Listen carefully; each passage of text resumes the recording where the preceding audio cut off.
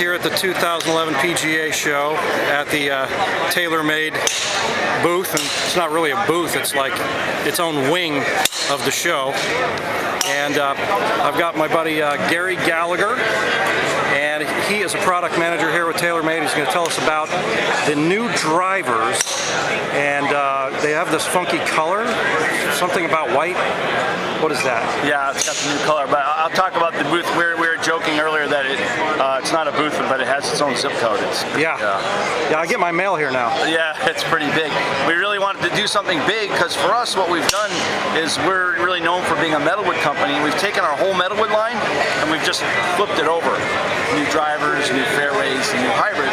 I want to talk first about the, well, let me answer the first question. Yes, the driver is white. No, the driver does not come in black. Okay.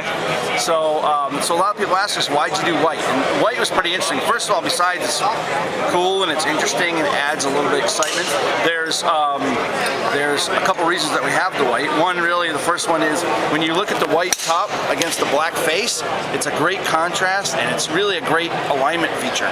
Okay. A lot of the best players have said, when I set it down, I can really point it to where I want to go. The second thing, it's a little harder to tell now, but it's a matte white, and when you look into the light, there's no light that's focused at any point on the golf club. So there's really a non-glare and it's a non-reflection. Kind of like if you would on top of a putter or top of wedges, where it's a little pebble type matte finish, so you don't get any. Right, you don't want the sun glaring up in your eyes and interfering with your concentration. So there's a whole bunch of white products, but I want to talk first about.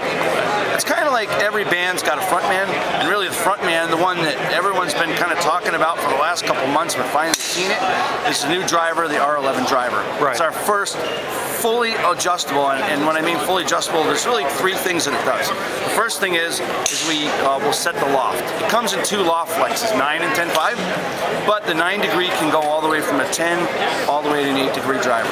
Okay. The 10.5 driver can go 11.5 all the way down to 9.5. So the first thing is you do is you set the loft. The second thing is the adjustable sole plate allows you to set the face angle. It comes in neutral, open, and close. If you like a neutral setting, it's fine, you can set it to neutral. If it gives you a little more confidence to have the face a little bit closed, you can put it in closed setting, and if it gives you more confidence to have the face open in a dress, you can put it in open setting. And how many degrees either direction can you go? So it's 2 degrees closed to 2 degrees open. Okay. Enough so that you can see it, enough so that whatever the look that you like, you can get it. So you set the loft, you set the face angle, and the last piece is we still have the adjustable weights, and that really allows you to adjust direction left or right. We find that when people are hitting it the right direction, they also gain distance. Call that whole thing lumped in together the 3 dimensions to distance, and that's R11 driver. Excellent. It's a very pretty club. I've played with one a little bit last week when the local rep came by to show them around, and you know, it's very sharp looking. I thought it would look sort of cheesy, you know, with the white. We get that comment a lot. The guys go, "We heard you have a new driver. We understand that a lot of guys on tour are switching to it. I don't really know about the white." And they get it, they put it down, they go, "Wow, well that looks pretty cool." Yeah. And then the second thing they notice is, oh, it's easy to line the face. And then after a few swings, if it performs, like if it performs on a launch monitor, and let's face it, the only reason you're going to really buy a driver is because it goes longer than the last. This driver will, once it's optimized, you're going to hit it longer. And after that, that's really the kicker for a person.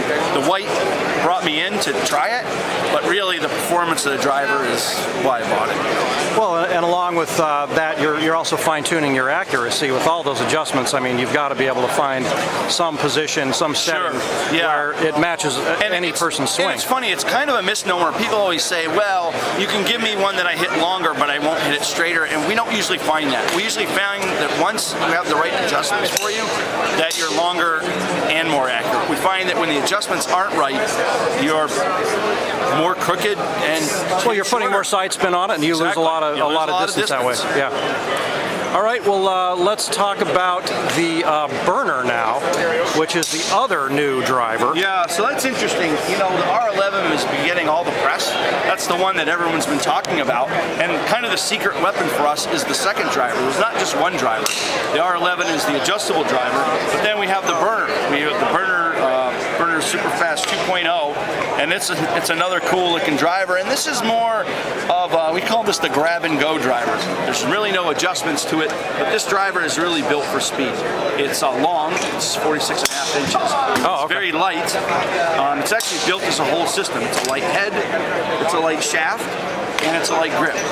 You put all those together, it's a very light golf club, 279 grams, lightest club we've made. It's also the longest club we've made. Those two things help to pick up speed and increase speed.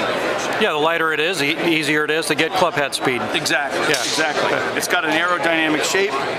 I did notice the shape of that. I shot some photos. I was looking at it just like this, and it looks a lot like an airplane wing. Yeah, yeah. It's, I always tell people you don't have to be a rocket scientist to work at Taylormade. We got a bunch of them. Yeah. We also have aerodynamicists. We have people that figure all this stuff out. So right. It's pretty cool. And the last part that a lot of people didn't know, it's white also. So we always kid around and say it's long, it's light, it's fast, it's white. And that's really the simple message for the Burner. This one's also going to be played on tour. It's very popular as well. Some people are not into all the optimization and dialing in their launch conditions. Other people just want to get a golf club, fly the face briskly to the ball, and hit it far. Well, and being white, those people who are really into the fashion end of things these days with the the white belt crowd, they can match their outfits with their driver. I mean, everything matches white. So that's great. Yeah, everything matches white. It's funny, internally we've been looking at white for a while. We've seen the white drivers, and it's strange. I look at a black driver now and it looks old.